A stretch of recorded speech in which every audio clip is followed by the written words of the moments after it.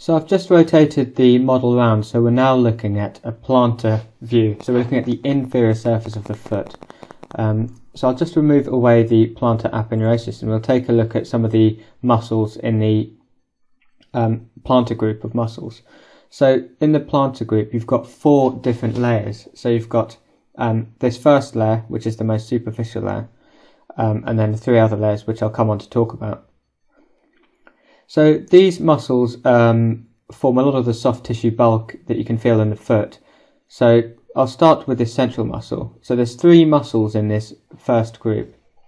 So you've got the flexor digitorum brevis muscle, you've got the abductor hallucis, and the abductor digiti minimi. So right in the middle here we've got the flexor digitorum brevis muscle. So this originates on the calcaneus, on the medial process of the calcaneus, and it forms 4 tendons which insert onto the middle phalanx of the lateral 4 digits. So it inserts on the sides of the middle phalanges of the lateral 4 digits. So just like in the hand, you've got the flexor digitorum superficialis and the flexor digitorum profundus muscle. So in the hand, the flexor digitorum superficialis splits and it inserts on the middle phalanges, and it allows the deeper tendon, the flexor digitorum profundus, to pass through. So it's exactly the same in the foot. So the flexor digitorum brevis muscle, which is this muscle here, is analogous to the flexor digitorum superficialis. So because it's the superficial muscle, and then it splits and inserts on the sides of the middle phalanx to allow the deeper tendon, so the flexor digitorum longus muscle, to pass through. So the flexor digitorum longus is analogous to the flexor digitorum profundus because it's the deep tendon. So what this muscle does is that it flexes the lateral 4 digits at the proximal interphalangeal joint. So this muscle is innervated by the medial plantar nerve. So just medial to this muscle, we've got this muscle. This is the abductor hallucis. So you can feel this in your foot. It makes up a lot of the bulk that you can feel in the medial side of your foot. So this originates on the medial process of the calcaneal tuberosity, and it inserts at the base. It inserts medially at the base of the proximal phalanx of the great toe. So this muscle can flex the great toe at the MTP joint, and it also obviously abducts at the MTP joint, as the name suggests. So the third muscle of the first layer is this muscle here, the abductor digiti minimi. So this muscle sits laterally and it abducts the little toe at the MTP joint. So this has got an origin on the lateral side of the calcaneal tuberosity, and it also stretches across to the medial process. So it originates on the medial and the lateral process of the calcaneal tuberosity. So it's got quite a large origin, and then it runs forward and it inserts at the base of the proximal phalanx laterally. So it abducts the little toe at the MTP joint, so it brings the little toe away from the midline. So the abductor digiti minimi muscle is innervated by the lateral plantar nerve, and the abductor hallucis is innervated by the medial plantar nerve. So those are the 3 muscles of the first layer. So just a quick note about abduction and adduction in the foot. So in the foot, abduction and adduction are defined in relation to a longitudinal axis that runs through the 2nd digit. So abduction is any movement away from this axis, and adduction is any movement towards this axis. This is the same as in the hand. So abduction and adduction are defined relative to a midline that runs through the middle digit. So abduction is movement away from this line, and adduction is movement towards this line. So it's just to clear up any confusion that might arise, because when we talk about abduction and adduction in the rest of the body, we talk about it in relation to a central midline that runs through the centre of the body, So abduction is movement away from this central midline, and adduction is movement towards this. So in the foot and hand, the foot and hand have their own midlines. So next we've got the second layer of muscle. So I'll just remove this superficial layer and we'll take a look at those. So immediately deep to the first layer, you've got the extensor digitorum longus tendon. So this is the tendon which passes through the flexor digitorum brevis and it inserts distally on the lateral 4 phalanges. So the muscles of the second layer are related to this tendon because they lie at the same level of this tendon. So we've only got 2 muscles in this layer. It's quite an easy layer. So in layer 2 we've got 2 muscles. In layer 3 we've got 3 muscles. So in this second layer we've got the quadratus plantae and we've got the lumbricals. So the quadratus plantae muscle is this muscle here which lies posteriorly. So it's got these 2 heads, as you can see. It's got a medial and a lateral head. So the lateral head originates on the lateral process of the calcaneal tuberosity, and the medial head originates medially on the calcaneus.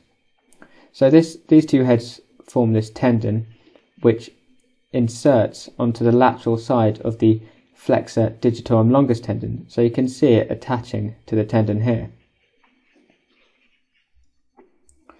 So because of its attachment on this tendon, it actually just helps this tendon to flex the lateral toes, so toes 2 to 5. So this muscle is actually innervated by the lateral plantar nerve. So that's the quadratus plantae muscle. So next we've got the lumbrical muscles. So we've got 4 lumbricals.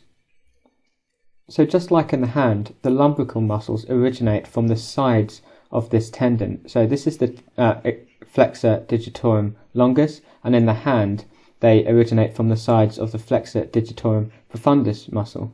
So just like I mentioned before, the profundus muscle is analogous to the flexor digitorum longus muscle. So we've got these 4 lumbricals. So the first lumbrical originates from the medial side of this tendon to the second toe.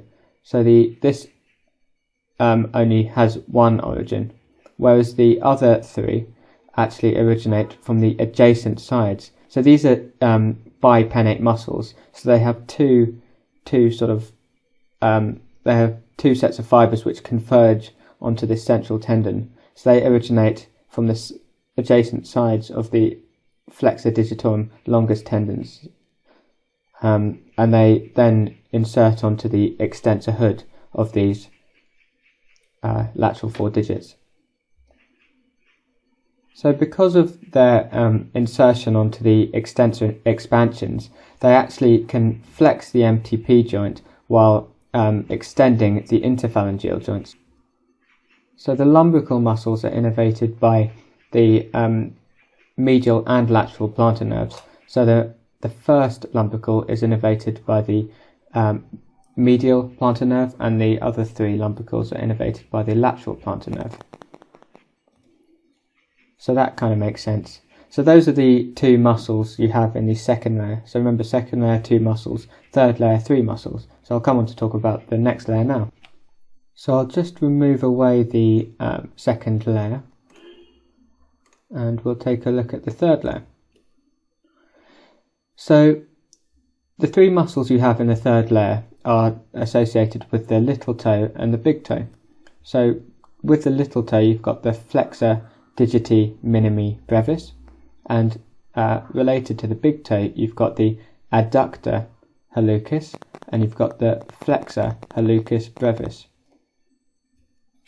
So first we'll just take a look at this medial muscle, so the flexor hallucis brevis muscle. So you can see it here lying underneath this tendon. So this tendon runs inferiorly to this muscle, and it's the tendon of the flexor hallucis longus muscle. So the flexor hallucis brevis muscle is quite interesting because it's got two origins and 2 sort of heads where it inserts.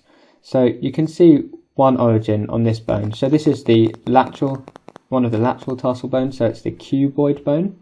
And this tendon here is the tendon of the tibialis posterior muscle. So the medial side of the flexor hallucis brevis muscle actually originates on the tendon of the tibialis posterior muscle, and laterally you've got this origin on the cuboid bone. So then anteriorly, where the or distally where this muscle inserts, it actually has two heads. So this is shown a little bit short of where it actually inserts, because this is still the end of the metatarsal, so the head of the metatarsal. This muscle actually inserts medially and laterally on the base of the proximal phalanx of the great toe. So it kind of like it's shown with its two heads here, so splitting medially and laterally, but it actually inserts a bit further up on the base of the proximal phalanx of the great toe. So this muscle is innervated by the medial plantar nerve, and its function is to flex the big toe at the MTP joint. So next we've got the adductor hallucis muscle. So we've got this in the hand as well, so it's exactly the same. It's got a transverse head and an oblique head.